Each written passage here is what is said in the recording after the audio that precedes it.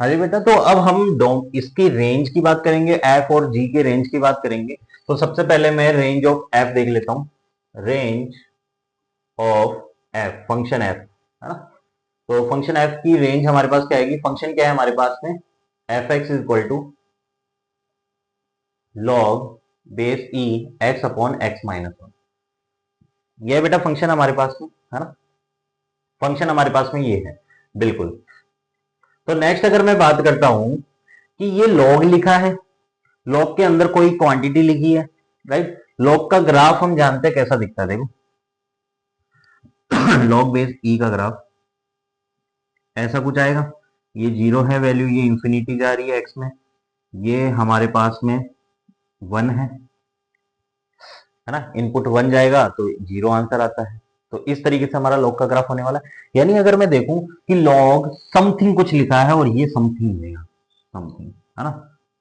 तो ये थोड़ा समझना कि जो ये समथिंग लिखा है x upon x minus one, उसको मैं एक्स एक्सिस पे दिखा रहा हूं, समथिंग को, समथिंग, और ये मेरे पास एक्स एक्सिस है ना। तो समथिंग होगा तो ये एक तरह से लॉग ई, और यहाँ अंदर समथिंग लिखा है, यानी कोई जेड लिखा है या फिर कोई पी लिखा है ना, इसको पी नाम दे दिया तो कोई पी लिखा है, राइट। तो पी और एफ एक्स में ग्राफ बन गया, पी और एफ एक्स में ग्राफ बन गया। 11 बेटा समझ में, है ना। तो यहां मैं पी लिख देता हूं, फिर पी एक्सिस, है ना, और एफ एक्स में ग्राफ बनाए। एक बार समझने के लिए देखना।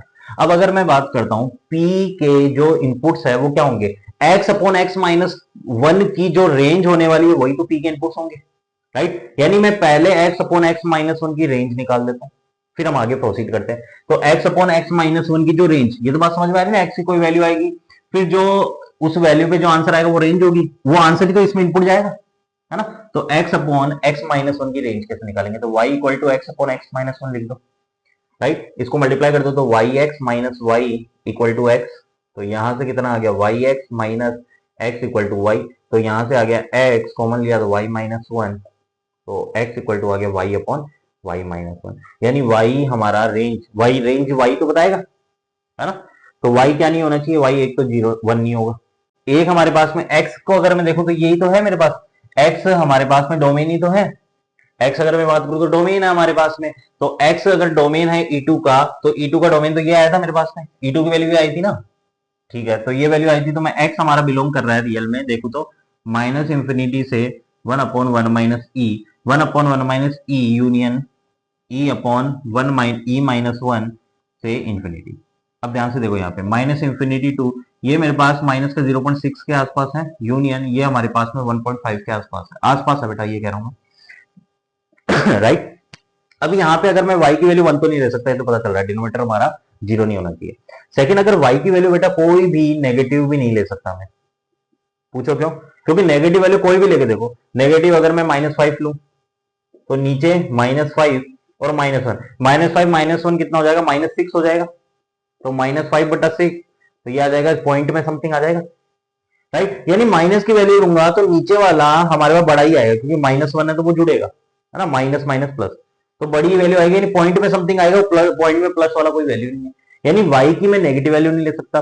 पॉइंटों में लेके देख लो एक बार, माइनस का 0.5 ले लिया अगर, तो माइनस का 0.5 -1, तो ये आ जाएगा मेरे पास 0.5 बटे माइनस का 1.5, तो ये बड़ी वैल्यू आ गई अगेन। तो पॉइंट प्लस में पॉइंट में आ जाएगा, वो आ नहीं सकती हमारा वैल्यू, यानी y की हमारे पास नेगेटिव वैल्यू भी नहीं ले सकते हम, राइट।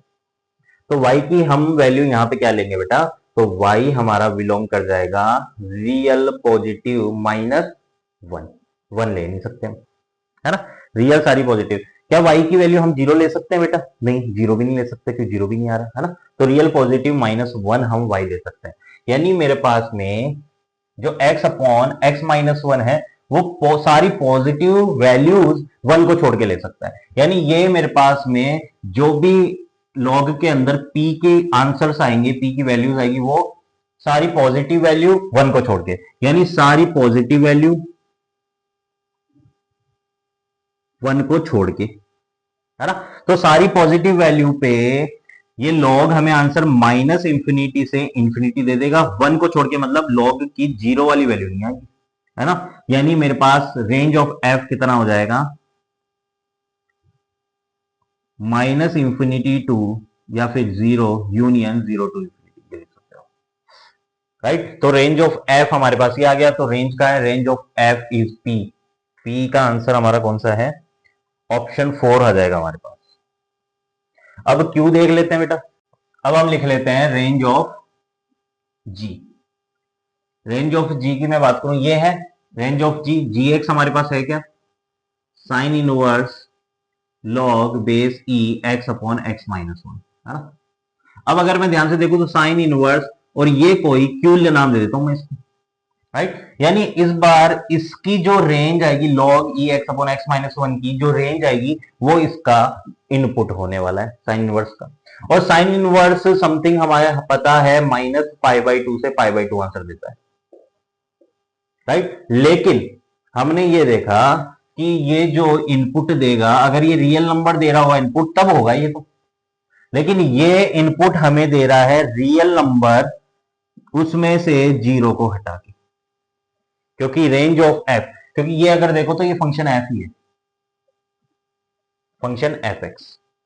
तो एफ एक्स की हम रेंज निकाल चुके हैं, तो जो रेंज है वही तो क्यू के इनपुट होंगे, राइट। तो एफ एक्स की रेंज ये है, यानी क्यू के इनपुट ये है, यानी 0 इनपुट ही नहीं जा रहा तो 0 आंसर भी नहीं आएगा। तो -π/2 से 0 यूनियन 0 से π/2 हमारा आंसर हो जाएगा, जो कि हमारा ऑप्शन है कोई।